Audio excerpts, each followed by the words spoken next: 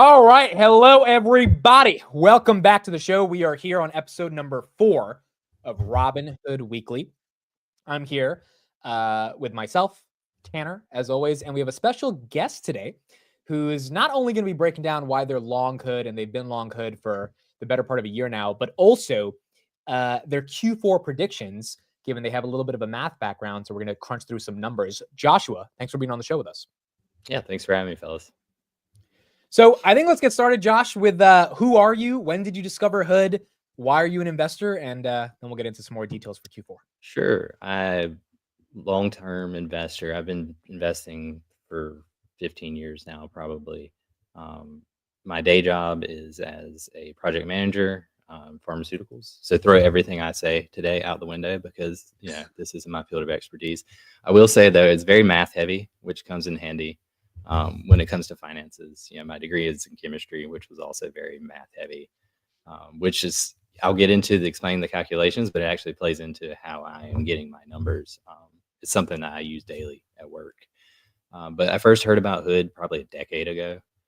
I remember when they first rolled out the brokerage, you actually had to join a waiting list, which is funny because now I hear people complaining about the credit card wait list.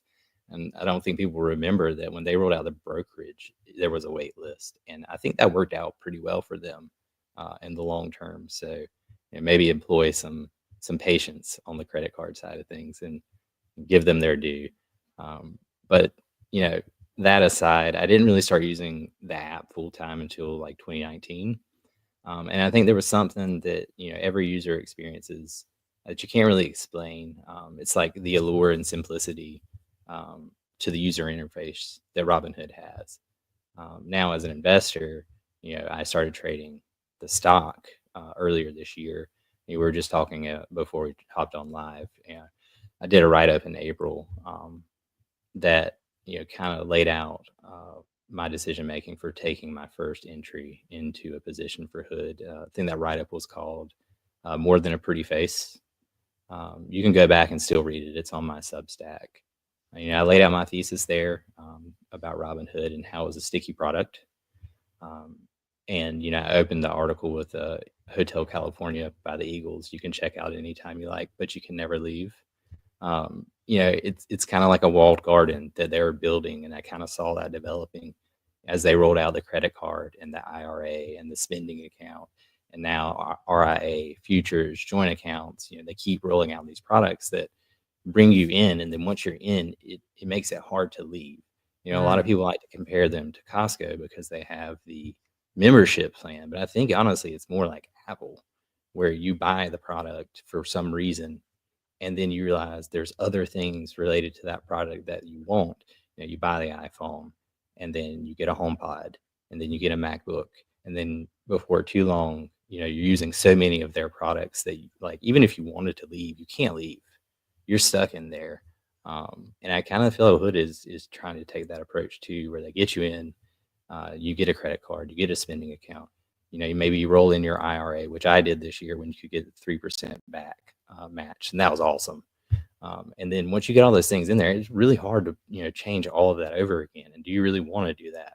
And as a younger investor, people like to talk about the wealth transfer, like all these people who are my age or younger in their 20s that are rolling stuff into these accounts. When that money comes their way in the future, they're probably not going to want to move it. And even if they do, like I said, it's going to be hard to move all of those things. So they're probably going to bring in their external accounts into Robinhood because they might, the rest of their life might be in there. Once you are in the Apple ecosystem or the Google ecosystem, you don't get out of that easily. You have to change everything, right? And that's really what my thesis was built on. And I told you earlier, I bought my first, I went in hard. I bought 3,100 shares at 1737. It's all there in my write-up from April. And I just added to that position. And I got up to 12,000 shares at one point before scaling back on that. And I still hold shares. And I've done options contracts too. But most of those I've closed out since we've gotten up here. I actually just re-entered some call options that are out past the upcoming's earning because I think it's going to be a banger of a Q4 for them. But yeah, that's my spiel. Josh, right before this, you were talking about the EPS revisions on Seeking Alpha. So I Googled those. Should I bring this up? Because I think obviously people are talking about how positive things are going to be for Q4. But once you actually see what analysts are looking at, it's like you can see why there are some people who are keeping their option or potentially their options, but even their shares, even as things have potentially tripled for the year. Like, yeah, I just checked it right now. So this number was 819 million a week ago. It keeps moving up. Tanner, you can share yours as well. Yeah, it's up again. But I'm on the same page as you. Just go to the earnings revisions. That's what I like looking at. If you, earnings revisions right there, and then scroll down. Look at that chart right there. Wow. It's nothing but up in the last little bit. I still think it's low. Yeah. That's both revenue and EPS. Yeah. So they're assuming 47% growth next quarter. Yeah. Yeah. And then look also how bottomed out their growth is for 2025 and 26, which I also think is funny. It's like you're talking about 10% growth rates. Like even Wall Street is so bearish whenever you just go out a little bit further. Yeah. So there's so much growth left for them to price in as well. If Robinhood doesn't want to go below their targets of 20% per year. Okay, so then let's get into this discussion. We got a lot to talk about, but I think let's start off with Q4, and then we'll get into our other segments. So Josh has been preparing some information on what he thinks Q4 would look like. Josh, you can share your screen on whatever you want to show us. Sure. And essentially, you believe Robinhood's flirting with $1 billion in revenue this quarter. I do, and I'll start with the most recent crypto.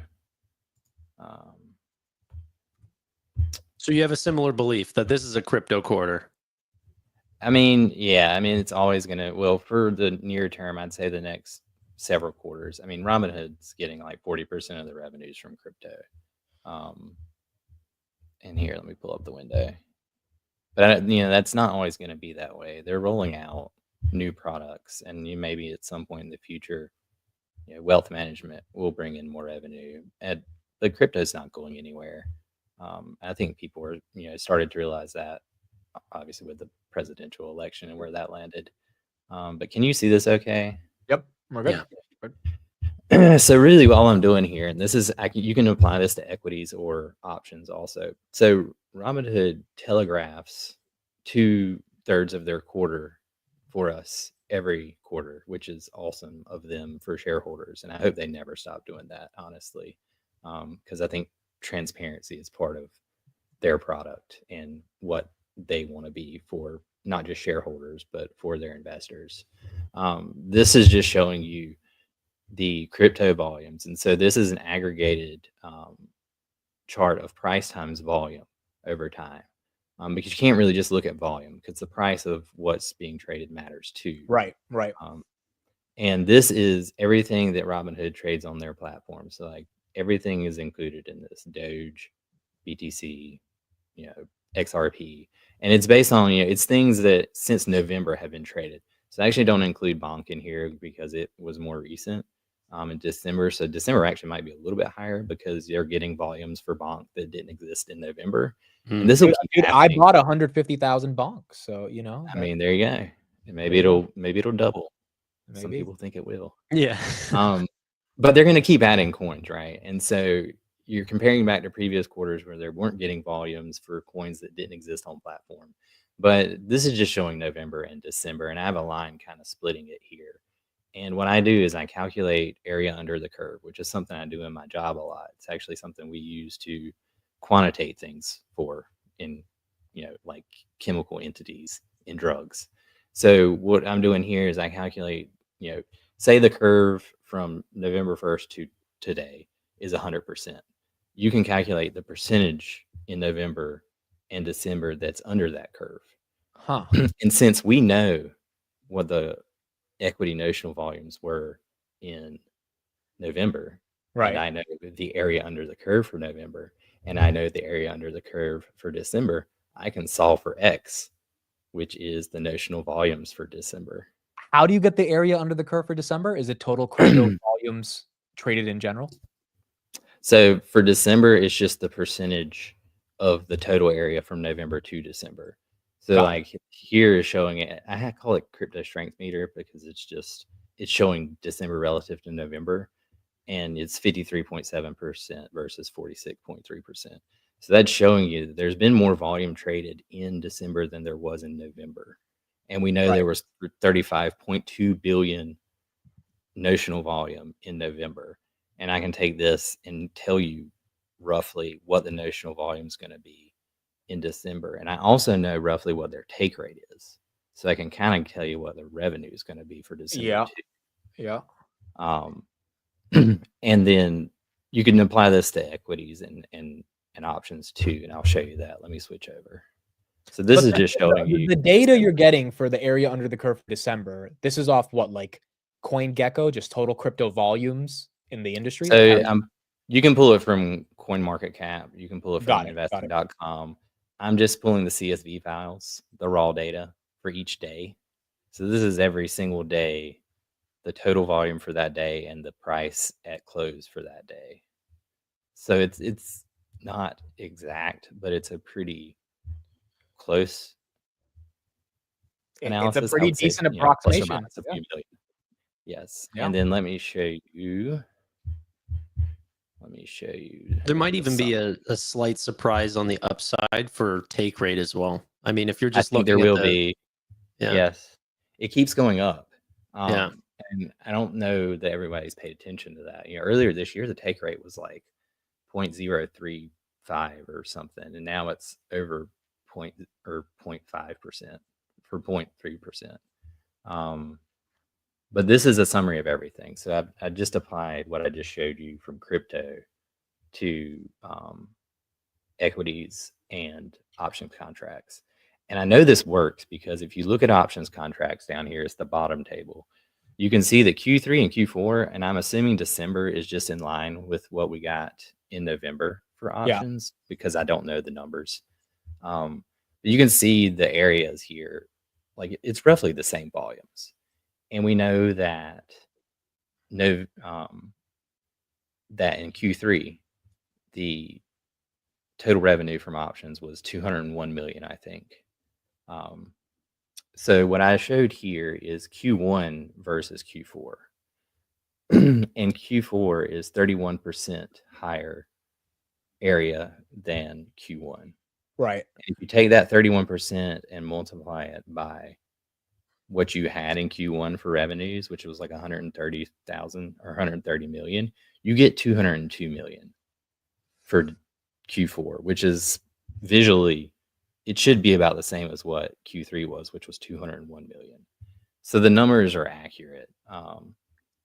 And you can do the same, like I said, for equity notional volumes. I think equities is going to be a really big beat. I mean, just look at this table. And this is assuming December was flat. And I think why you're seeing the big jump in equity volume and you're not seeing it as in options is because a lot of the money that's come into Robinhood recently were for like the IRA matches and people bringing over larger accounts that are probably just shares that they're not trading options in. So you're seeing a really big bump in the equity side of the business and not so much in the options because it's not, That's interesting. Right? They're bringing in things that are like if I'm bringing in my 401k, it's probably just shares of something. Yeah. And I'm probably just going to buy shares in that. I'm not going to buy options in that, bucket that I have in my account. I'm saving that for my brokerage account. Right. And that's why I think there's the discrepancy in options and equities. So I think equities is going to be a huge beat. I think options is pretty much going to be in line with what we saw in Q3. Now, are you pricing in any contra revenue as well? Because yes, I am. Okay. Yes, and I'll show you that. Let me leave this one. And this is my last table, and I'll be done. So the other one that I have is the cash flow table. Yeah, and then we'll get into what that means for the full Q4 revenue. This is up to date. Yes, and this is. By the way, Josh, what state are you from? What state were you? North Carolina. Okay, the accent, I could tell. Southern hillbilly accent. I know. I Just love try it. to look past it. It doesn't mean I'm dumb.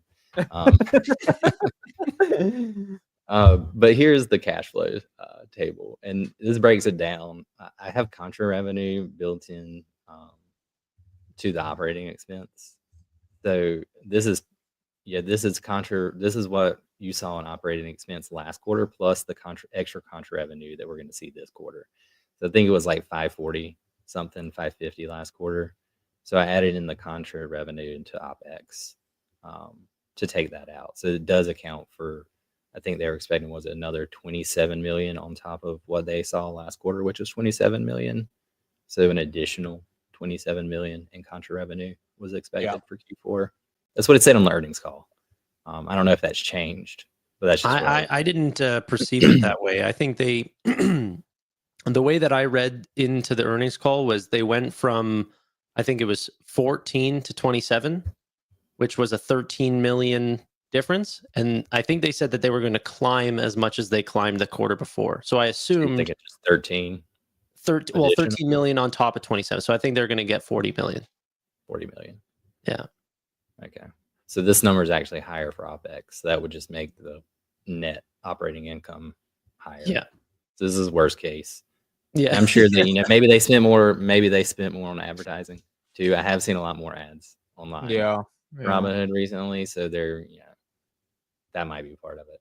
But this just breaks it down. There's the trading volumes. It's broken down into equity. So you think they're going to do 1.05 billion in revenue, and they will have basically a 30% net income margin with 312 million in profits, which last quarter they had 120, I think, million. It's a double. Yeah. Yeah. Well, they did 150 last million in net income. Right. Yeah. So it's a double. So they should massively beat EPS at that point. They should. And you kept other transactional revenue as 19. You just kept it flat. I kept it flat. Yep. I like that. That's conservative. That's good. From last quarter, yeah. And interest. Go ahead, Tanner. What about event contracts? And then what about credit card transactions? So event contracts, you could add in another 5 million if you wanted to, but I was trying to be conservative. If you want to, maybe, if you want to throw in another 5, I don't think 5 on top of 100 or 1,000 million is gonna matter that much. But yeah. So the interest income margin, I have them doing 97 million. Is that accurate? Is that the same number you have? Roundabout.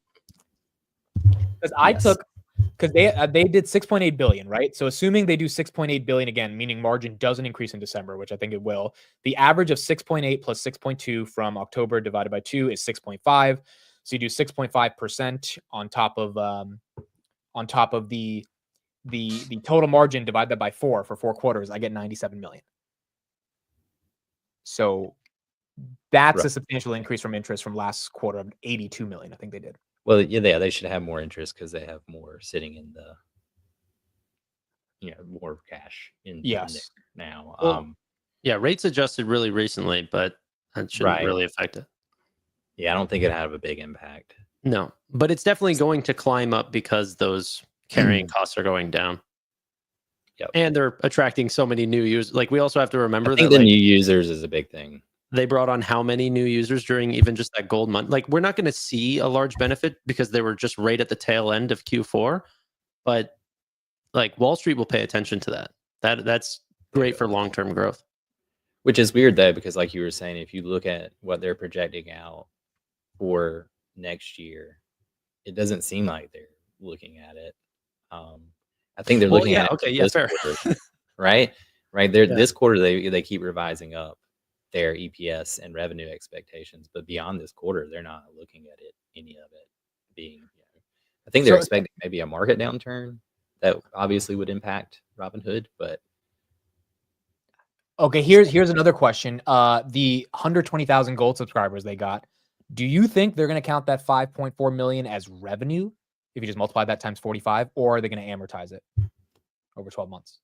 I don't know what they'll do. I would think amortize it over 12 months. Yeah, because if they don't, they're going to have the burden of showing another 120,000 members, no matter what, because they have to show growth, right? I think they'll be conservative and amortize it so that they're not going to pull it all forward into just a single quarter. I don't think they need to pull it into this quarter. Yeah. I mean, It's the such a revenues strong they're already quarter. gonna have. Yeah, why bother? Yeah. So what is the EPS number you come with? 312 million divided by 900 something million shares, right? Isn't it 884 total outstanding? I think you're right. It's like 0.4 something, maybe. So that means you're coming up with basically, analysts say 38 cents. You're coming up with basically 40 cents, round about the same. Yeah. Yeah. It's just insane what a year can do, eh? Dude, if Robinhood says they made $1 billion in revenue, like most software companies aren't doing $1 billion in revenue. You know, like that's We're at 905.5 million shares outstanding on a diluted basis. okay. So probably 37 to 40 cents. Is what we're Yeah. looking at. That's where their extra 5 million, juicy 95% margin. That's where it helps that EPS, helps that bottom. I mean, there's only a handful of companies growing at the rate that they're growing with margins where they have it. I mean, there's like 30 companies in the entire market that are doing what they're doing right now. Yeah. Okay, so let's talk a little bit about the stock and valuation. I mean, it's at $38, enterprise value of I think 27 billion, market cap around 32, 33. Do you think it's cheap right here? Would you be buying at $38? I am, just because I think they're not pricing in anything beyond this quarter. I think shares are fine here for long term. If you're just gonna hold it, I don't see any reason to sell out. I mean, I don't, maybe not go heavy, but I think dollar cost averaging here is totally fine. If you're looking at 2, 3, 4 years from now, things should only get better for Robinhood. I mean, there's products that they haven't even launched yet. That I mean, they haven't even done anything with some of these companies that they've purchased. So none of that's priced in my opinion. Yeah, very future-proof day in the way that they are going after all of these things that we haven't even seen, like any remote impact at all from Trade PMR, from Pluto, from all of these tools that they are working on, but haven't even been launched yet. Futures, for example, they want to be a 9-figure business. I mean, futures, I don't think people understand the contracts and how expensive they are for futures. And even for Robinhood, can you give us an overview on why futures would be really helpful for them? Well, I mean, equities and options, they make what, like 6 cents on a trade? They're going to make, almost 10 times that on a futures contract. That's not including the margin that you have to hold to even remotely buy them. Right. I mean, for one, ES contract, it's like you have to have 12K or something to buy one in your account. That's just that's just your collateral to buy the contract. So the people that are going to be buying these it's not going to be small accounts. I mean, you can buy the minis and the micros, but like the regular standard futures contracts, it's going to be people with a lot of money buying them. So they're not going to miss that, whatever take Robinhood is taking on those trades. I think they said what they were going to offer for those. Wasn't it? It was a 50 cents. 50 cent. That's actually really good. Schwab charges like $3 per contract. Yeah. So Robinhood's going to be really cheap. And that's still, that's still 10x, almost 10x what they're getting for when you place an equity trade. So you don't need as many of those trades to make a lot of money. And retail hasn't discovered futures yet. People didn't trade options really until Robinhood rolled it out. That's correct. I think you could see the same effect with futures contracts. Now, people are going to lose a lot of money probably because they don't know what they're doing. But hopefully they do it in a way that people will understand the risk involved. But if it becomes popular, like options trading has, they'll make a lot of money. In your opinion, you've traded futures before. Can futures become as popular as options? Is that possible among retail? I think it's better, honestly. There's no day trade requirement on futures. The liquidity is better on futures. 24/7. Than options. It's 24/7, which, I mean, that's not as big a deal anymore that Robinhood's rolled out 24/7 on most of the big big. Well, it's 24/5, but Yeah, but on not most on of the big, options. no, not on the option. So you're getting leverage on a futures contract, like you get leverage on an option, but you could sell it at 3 a.m. Yeah. if if somebody drops a bomb somewhere and you happen to be awake, you can get out of that position. Whereas an option, you're stuck in it until 9:30 the next morning, and you're going to lose a lot of money. Yeah. Yeah. It's very interesting. It's got that Robinhood effect where they could change the industry in terms of how, deeply retail is in it. What I'd like to see is like, do they have any statistics on, let's say, event contracts even? What percentage of the people that traded event contracts was their first time was with Robinhood?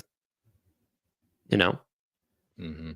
Yeah, dude. The first time which was basically a futures contract, the presidential things. That was the first time I've ever done it. And they made it feel like it was like buying a stock. Now, so easy.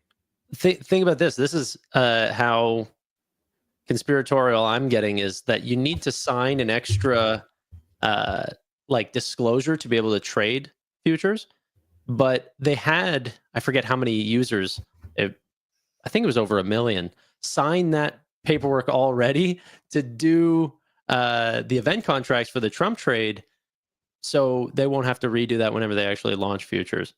It's not going to change a whole lot, but it does definitely lower that friction. And it's just like, I do think that they definitely thought about that. And they rolled out the futures contracts or the futures accounts before that even happened. The Robinhood, I forget the name of the account, but Robinhood future. Anyway, someone will tell me. And from what they showed during the investor day, the ladder chain for futures contracts, like, it is super sexy on the user interface. Like, the way it looked, like, if you've ever used, like, I've used Thinkorswim for Schwab when I've traded futures, it's ugly. Like, it doesn't look anything like that. I mean, it works, but there's such a learning curve. And, that's what I think that Robinhood brings, and what they brought to options and why people started trading them. It's because they made it easy. And I think they'll do the same thing with futures. I think they'll make it simple to understand and easy to execute, where on other platforms you just kind of get lost in there trying to figure out how to even place a trade. So speaking of new products, then let's get into this thing. This segment was going to be more. This segment was going to be more fun when we didn't know the answer, but we have the answer, so it's not going to be as fun. But on the app, this is a countdown for their New Year's Eve product announcement, whatever it is. It's called a New Year's Award, 8:30 p.m. tomorrow. I don't know the announcement. I didn't hear this. Okay, so this is going to be news to you. This is the community dug it up and we found it out. It's crypto. So if you're eligible for this reward and you're on the countdown screen at the time of the deadline, you'll get a notification about how to claim your reward within a week after the countdown ends. Keep in mind, you'll need a Robinhood crypto account to claim the award. And your reward will expire in 30 days. And after you claim it, you must keep the value of the reward in your Robinhood account for at least a year. Which sounds like it's not going to be $5, because they're not going to care about keeping $5 in your account. I mean, are they giving away a Bitcoin or something? Josh, any thoughts on this? What do you think this is going to look like?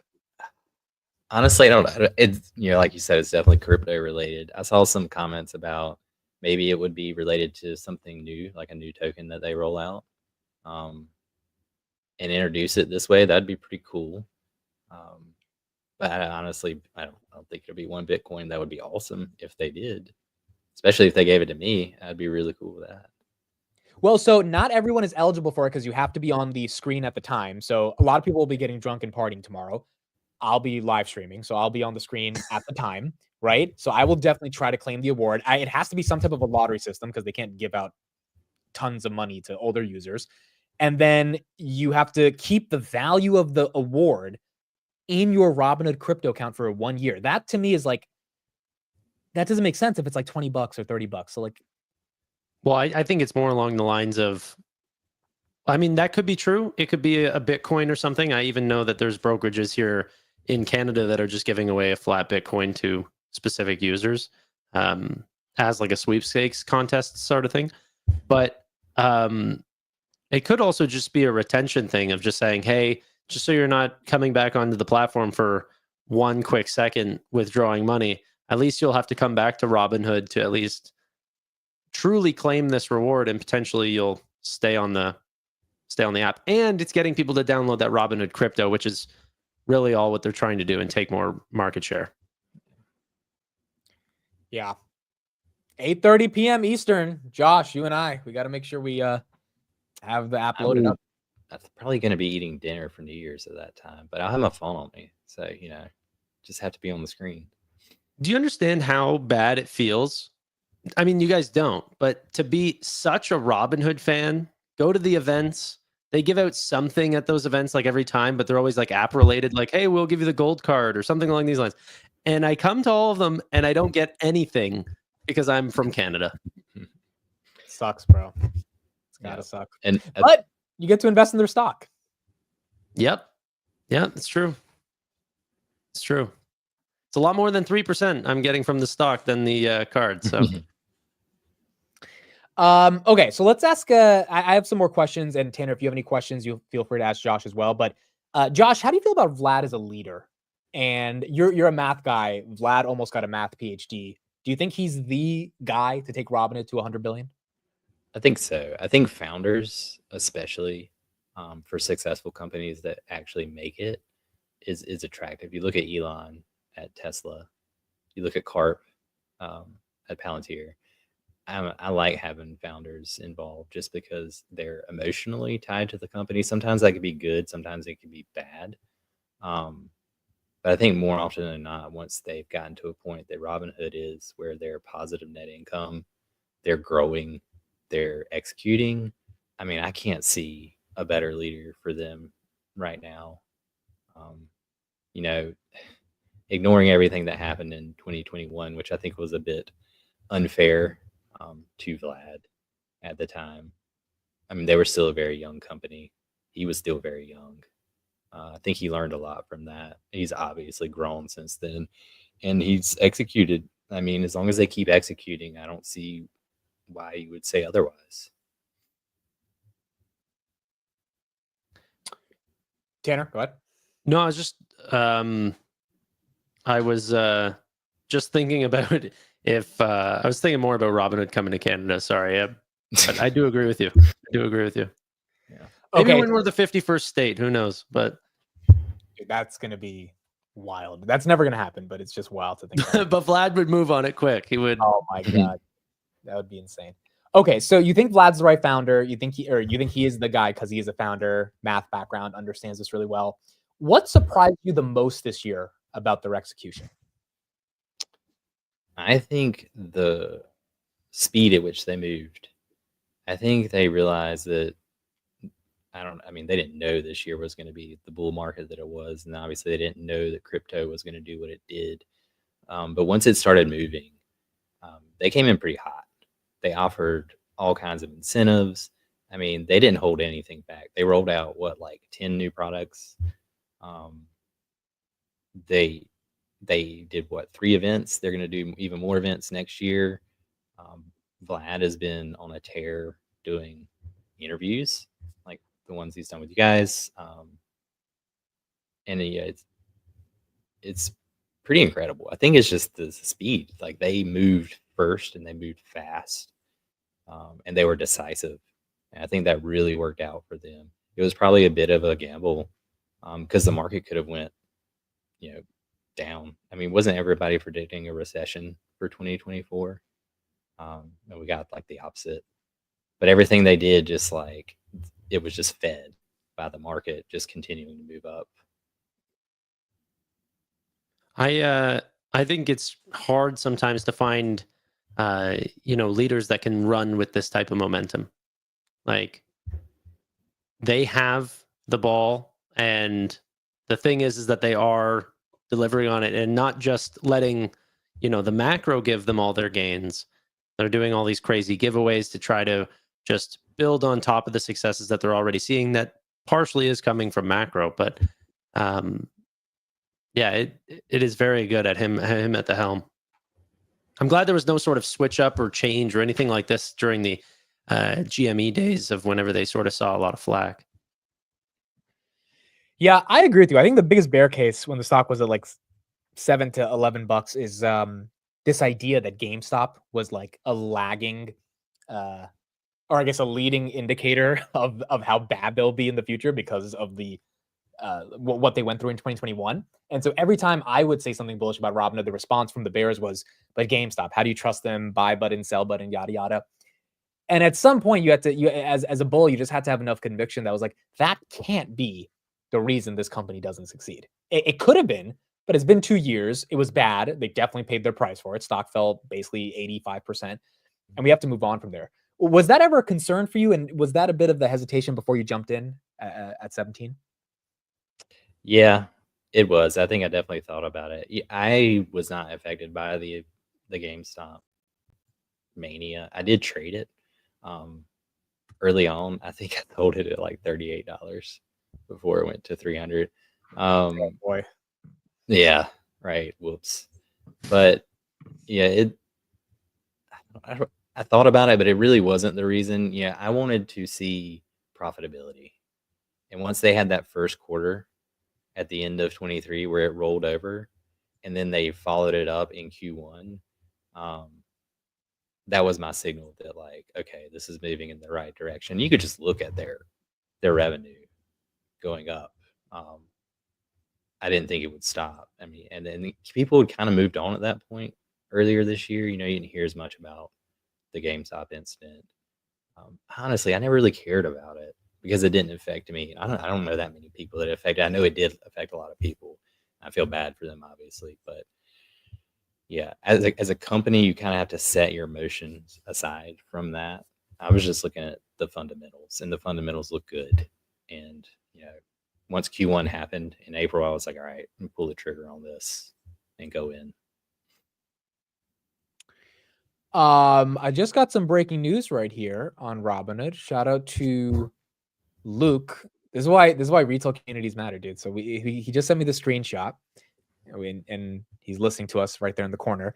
But some more stuff. Robinhood Gold subscribers who are logged onto the Robinhood app and on the accompanying Robinhood Gold offer countdown screen at the time of the Robinhood Gold offer deadline will receive a reward, which is the Robinhood Gold offer reward. I don't think this is talking about Gold Monday because they're talking about a countdown screen, and there was no countdown screen for Gold Monday, to my understanding. Or no, maybe it is because they will receive an equal portion of the total prize provided. But was there a countdown screen? I don't. Regardless, it looks like they're doing a ton of different promotional things. I mean, this transitions us into Gold Monday. Your thoughts on Gold Monday? Your thoughts on how they're promoting and how they're acquiring customers? What do you think about that?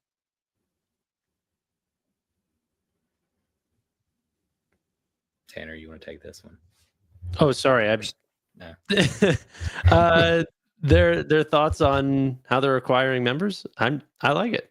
I think that the way that they ended up getting those gold members was a way higher number than what I thought they were going to get out of $1 million. But I also think that that's a way for, I don't know if you guys watch Beast Games or whatever. I was watching that, and they people were clicking to vote themselves out on the exact same amount of money, $1 million. And so the first couple people who were signing up really did think that they were going to get $1 million or $200,000 or something, when really it was $8. So if you don't know how many people are actually going to sign on, greed can take a hold of you and go, hey, well, I'll try this app. And then because you've already paid for Robinhood Gold, then what's the name of that bias where people, because they've already prepaid for something, they want to use it more? Confirmation bias? No, it's a sales thing, but they've already paid for it. So they want to get their money worth out of it. So it actually leads people to use them as more of a primary brokerage, or somewhere where they might actually put more of their crypto purchases through. And so, those users will try to end up paying for their membership. And unlike the Costco, loss leader products that they have, Robinhood really doesn't have any. So, whether they come here for just the interest rate in the checking accounts, or the crypto, or the credit cards, or whatever they can get their hands on, it's all money making for Robinhood. Doesn't even have that Costco loss leading effect, really. Yeah, I agree. And on the last topic, real quick, Nate is right. It did say end of year rewards. So maybe that's not about gold subscribers for Gold Monday. Maybe that is a new thing with what they're doing tomorrow. End of year could also just mean December, and that's how they're framing it. So, I think it was the gold thing. yeah, I think you might be right. Is it a recency bias, Tanner? Is that what you're thinking of? No, I'll look it up. Or is it anchoring bias? Maybe. It might be that. Yeah, Josh, do you think they're just being really creative with customer acquisition, and that's a benefit to them? Yeah, I do. And I think that's another reason to invest in them. They've been super creative in the way that they've gone about acquiring customers, and they've done it in a way that has been a net benefit to them. It's not like they're throwing money at people to come, like you said, like if they get $8 and they brought in 120K people. They're doing it in a fiscally responsible manner, which Right. as an investor is what you want to see. And Vlad talks about it a lot when you listen to him, is like when they roll out products and they make decisions, they want to do it in a way that it's going to make them money, or where they don't have to put a lot of capital into it to get the maximum, return from it.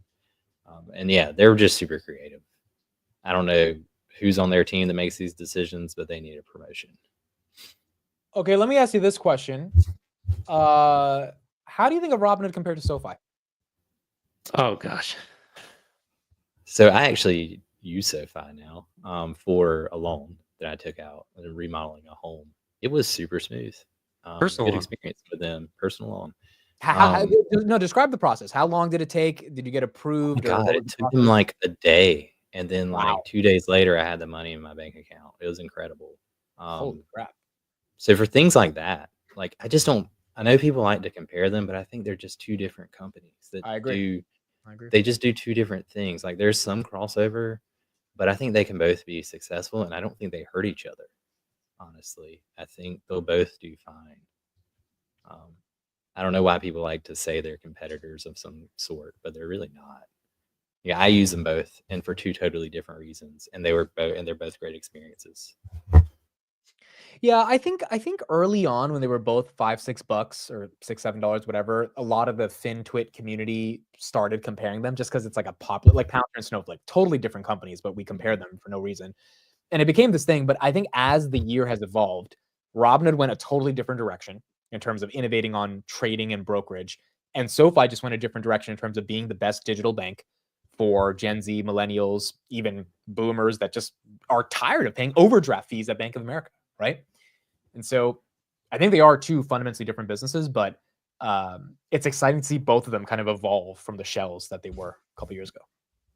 Honestly, I think that SoFi is going to be like the investment banking of the future, and potentially Robinhood's going to be more of the Bank of America of the future, dominating the customer side, but SoFi is going to dominate on the institutional side. They are creating products that are so unique. Like people really discount the loan platform business that came out last quarter. And even after that, they didn't announce this, but people dug in and found this, that they're servicing their own student loans now. It's no longer Mohila, it's SoFi servicing. And that, along with the loan platform business, could lead to like billions and billions of dollars of new revenue that people have not accounted for since last quarter, like started in Q3. So yeah, they got turned away as a potential stock or company way too quickly from a lot of people. Yep, I would agree. So let's end off the show by doing a reaction to a couple of clips by our boy Roy. Can we talk about the new product first? What new product? The credit card edition.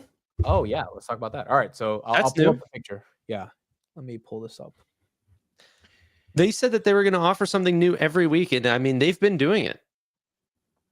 Yeah, so a lot of people didn't even know this was a thing, but basically now your 3% cash back, you don't have to transfer it into money in your brokerage. If you have 7,500 points. This is not what I was talking about.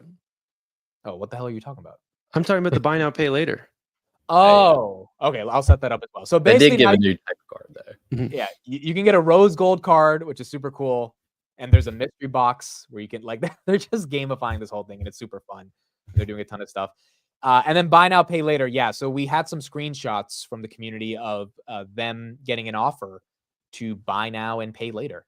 So Tanner, we'll start with you. Do you think this is something that could be successful for Hood? Yes, I love it.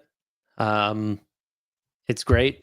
Man, they're really coming out with all the stops on credit cards. And it's actually kind of sad to watch from a SoFi perspective, because it's like, they just launched this whole new credit card product. And I'm like, why isn't it nearly as good as what they're doing with X1?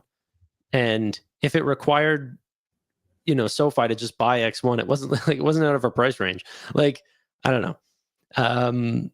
It's just crazy to see the amount of development that they're coming out with. I think that it's important, not that this is going to drive some crazy amount of new adoption, but this could be the differentiating factor between someone using Robinhood's card and someone using Amex or another card that's in their wallet.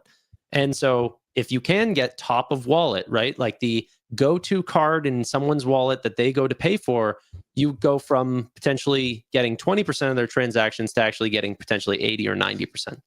And so that's a massive difference. They're early on in their credit card journey, but they might be growing as fast as literally they want to grow without ever needing to bring on any new customers.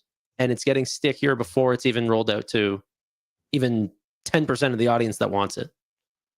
So, loving it. Josh, your thoughts on them trying to expand into buy now, pay later and literally take every single part of the stack?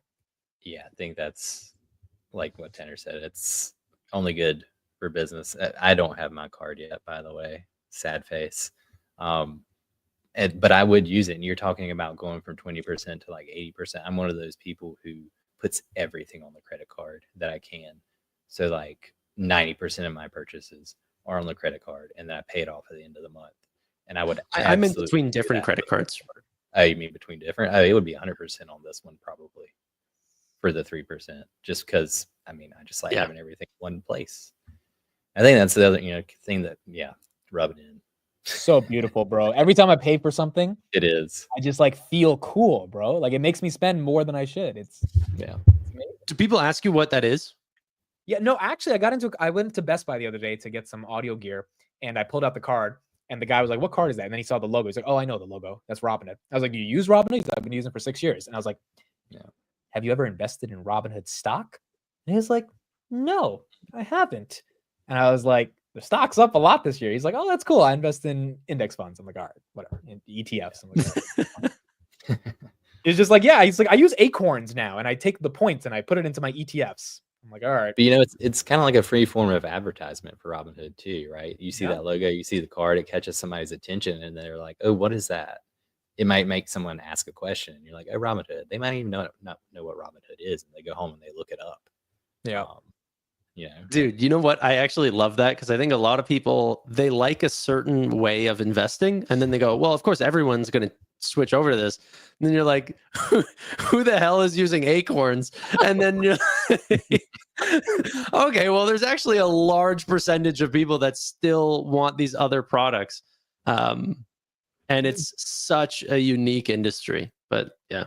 Well, the liquidity of public markets is massive, right? Trillions and trillions of dollars and all these different asset classes. But honestly, we're guilty of the same thing. How many of us invest in the products we use daily? Not that many of us, right? Robinhood is a unique situation for me. I don't own Apple, even though I use an iPhone every day. It's one of those things where it's like, I go to Costco all the time. I don't hold Costco stock. So I shouldn't be surprised that the guy never thought of investing in Robinhood. But it is always interesting to see how people think of products they use versus investments in those products. Yeah. And I was listening to your stock awards thing that you were going on about. And you said that there was a private company. Which one would you want to invest in if they IPO'd? And no one said Notion. So I want to give Notion some love. I would absolutely pick Notion on that list. Notion or Databricks. But do you know the valuation that Notion would go public at? Do you have an idea? I mean, dude, hey, we're doing a hypothetical here. I haven't seen their financials, but I'm in love with that company. I use them. Like, I don't think I I use Notion more. I'm on Notion more than I'm on YouTube. Like, I mean, it's the #1 app I use. Oh, what are you doing? That's an organization app. Like I literally everything. I run everything through Notion. My whole life. I'm a big paying user. I use them for everything. Well, it's worth 10 billion. So if it goes public, probably 15, 20. That's what I guess that's kind of reasonable. Maybe. Love it. Love it. Josh, where do you think the future of this event contracts products is? Do you think it's going to be sports betting one day? I don't know. I kind of hope not. I mean, it wouldn't hurt the business side of things if it were, but I don't know if that's really their core business. I like the idea of big events. You know, I know you mentioned, I think on a tweet, maybe doing a Super Bowl contract. Like, I like that. You could do things like maybe March Madness, maybe like the World Cup. Presidential elections obviously would be one. I just don't really want to see them get into the weeds of it, like betting on, you know, who's going to make a field goal in the first quarter of a X player get 3 rebounds. Like, I just don't want to see that. Like, I don't. It just feels like, I don't know, it's scummy kind of. But the big stuff, like, I mean, I'm totally fine with that. And I don't know that they need to do, you know, go headfirst into it. Maybe just do big stuff for a while and see how it works out. See what kind of revenues you're generating off of it. And what's the cost to operate this? I mean, it's got to be high margins for them. Like, yeah, because they're really just running APIs, right? It's not even their software. Right. So, like, I don't know. Even if you get like 80 million volume on betting on Fed's fund decisions, like, who cares? Like, it's just, it fits right into the niche, I find. Yeah. Maybe financial stuff. That actually would be kind of cool to have it, since it is a finance app. Yeah. Vote on how many basis points they're going to cut at the next meeting. Yeah. Yeah. Because if you look at the software that they're using, which I'm pretty sure is Interactive Brokers ones, I could be wrong. But if you look at what they offer, that's all. They have a couple weather things too, but it's not a whole lot of sports stuff. It's just like, you know. Does anyone actually trade event contracts on IBKR meaningfully? Sorry? Do people actually trade IBKR event contracts? Do they market that in the app as like? I mean, they were on the election thing before Robinhood was. I know, but Robinhood, and I think Robinhood used some of their technology as well, but Robinhood crushed it, right? 500 million contracts. So I wonder if the user base of IBKR would actually bet on anything. But all I'm saying is the products that they are offering on their app is probably a good indicator to see what's coming next for Robinhood, because those are probably easy plugins. Right. Yeah. Right. Okay, cool. Let's end off the show right here, Josh. First of all, thank you for being on. We're going to react to one clip by our boy Roy, who got a chance to interview Mr. Vlad Tenev. I'm putting the link in the chat. Everyone, please make sure to go watch it and subscribe to Roy's channel. Big interview for him. This is 4 minutes on Vlad talking about tokenization, which I thought was one of the most interesting parts of the interview. So let's listen to this, and then we'll get your thoughts on it. Somewhat related to crypto, and that was just like all the rage back in 2018, 2019, 2020. You know, it's still important, and I'm just kind of curious as far as specifically, there's a mention of tokenization of real world assets and also stocks. So what does that mean for Robinhood, and can you break that down? Tokenization to some extent has been happening outside of crypto for quite a while. When you're dealing with a dollar in your bank account or your brokerage account, you know, it's sort of like entries in a database moving around representing the actual dollar, but cash generally is not being moved.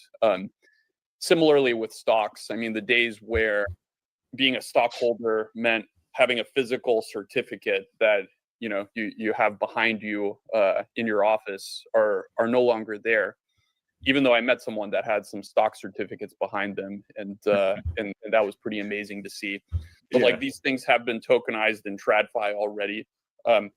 So what happens when you bring them onto crypto rails? Well, I think that it becomes public infrastructure, which means that interoperability is much simpler. So you can see that with stable coins. You know, I can take my dollar stable coin and send it to you regardless of what non-custodial wallet or even custodial wallet you're using. There's just a simple way to transfer value back and forth using the blockchain as the core infrastructure. Right now, transferring stocks from one broker to the other is like very complex. It's burdensome. It doesn't happen in real time. It takes multiple days. It's just, if you've taken advantage of our ACAT promos, you've probably felt a little bit of that pain. Oh yes. And I think there's also not a great incentive for the contra broker, the broker whose assets are leaving, to come to Robinhood to make that as easy as possible. I mean, they'll pull out every trick in the book to like introduce some friction. Yeah. Including like asking you if you've considered the IRS tax implications, you know, and when people hear that, they're like, oh gosh, I got to slow down here. So I think interoperability is big, and cost savings is big too. And then, you know, any cost savings that a business can incur actually can translate to cost savings for customers at the end of the day, and them getting more value, and that directly reflects in long-term investment returns. And then you have things like 24-hour market. Very difficult for us to build the infrastructure for 24/5 trading for 1,000 US stocks. If stocks use blockchain infrastructure, then that basically, along with fractionalization, 24N fractionalization, happen out of the box just using public infrastructure. So I think it's where the world is headed.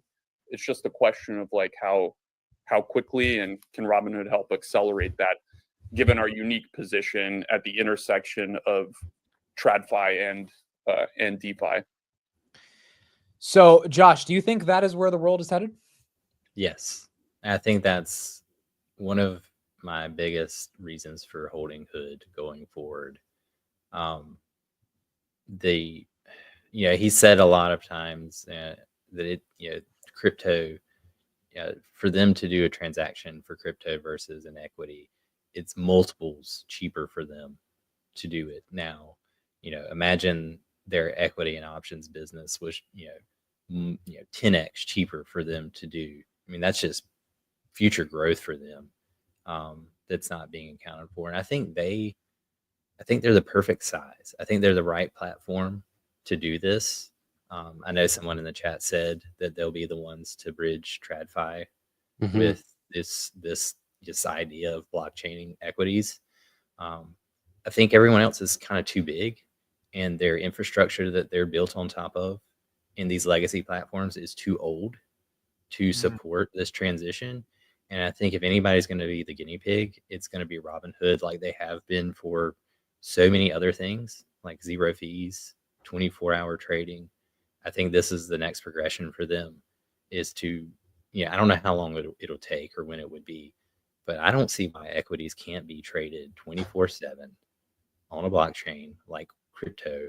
Like, I want to be able to trade something on Saturday or Sunday if I want to. Things happen on the weekend. Events happen on the weekend. Yeah. And it would be nice to be able to trade that. And I think Robinhood is just positioned, like he said. I don't know that anybody else is positioned where they are that can even think about doing this. It would be really hard for Legacy to build this into their existing platforms. Robinhood's already built for it.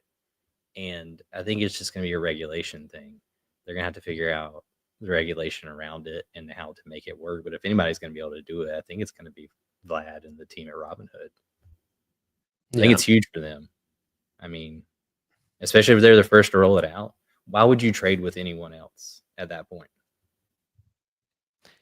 Isn't it weird to think that, like, we're looking at Vlad as being the person that's potentially looking at bridging crypto and equities, but he wasn't really the first one making a move on this. Do you guys remember who the real first guy was that was starting to make some big moves in this?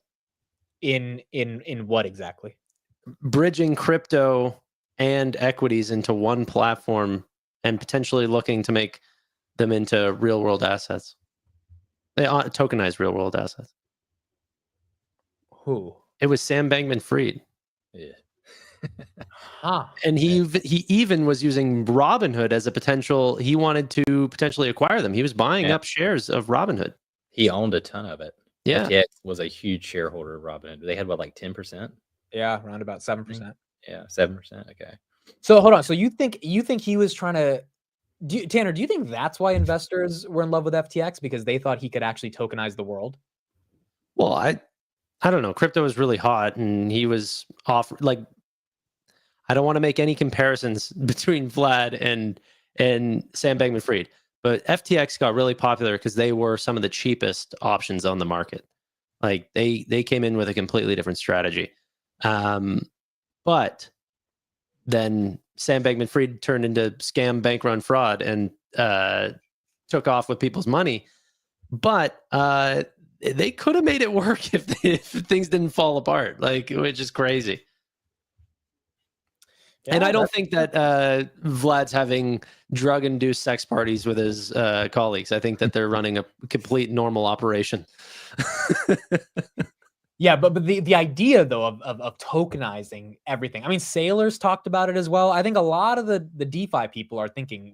Yeah, dude. Of course, Brian Armstrong's thinking about it. Sam Bankman-Fried's thinking about it. Of course, like that's every crypto guy's dream.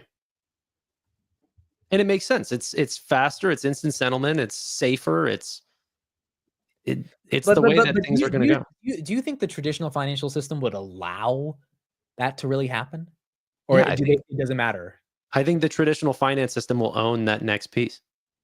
Yeah. I think that they'll adopt it. There's too much money.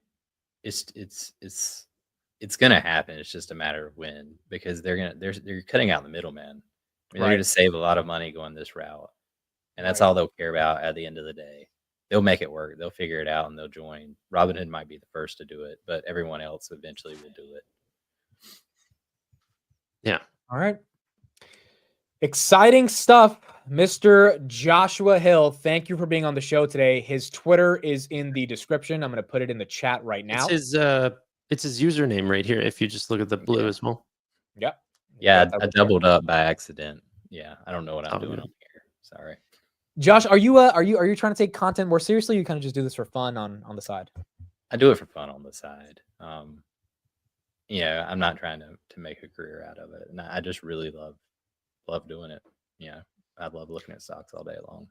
Is anyone getting the like data-driven investing for Robinhood vibes? Like chemical engineer, like I don't know. He's got the same like you probably have 5 kids. Yeah, 2, just 2, not 5. You're on the way. You're probably a little bit younger. Oh no, I'm done. I've permanently fixed that situation. Gotcha. No more children for me.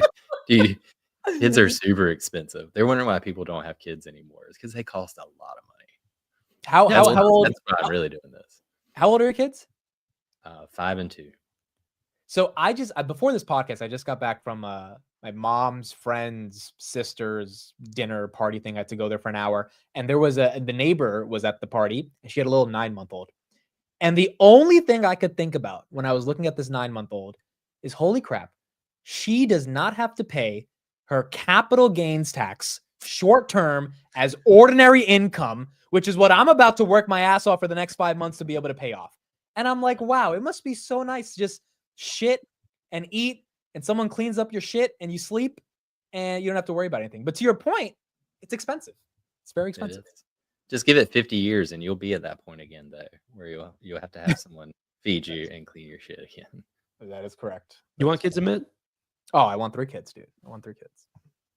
I want kids. I only had one sister growing up, and I'm really grateful for that. But I would have liked to be in like all my cousins are in India, so I never really had a lot of siblings. It'd be cool. Yeah, you do get a deduction for having kids, so that's true. I saw somebody say that. That's true. We can... Yep. It's not a lot, but it's something.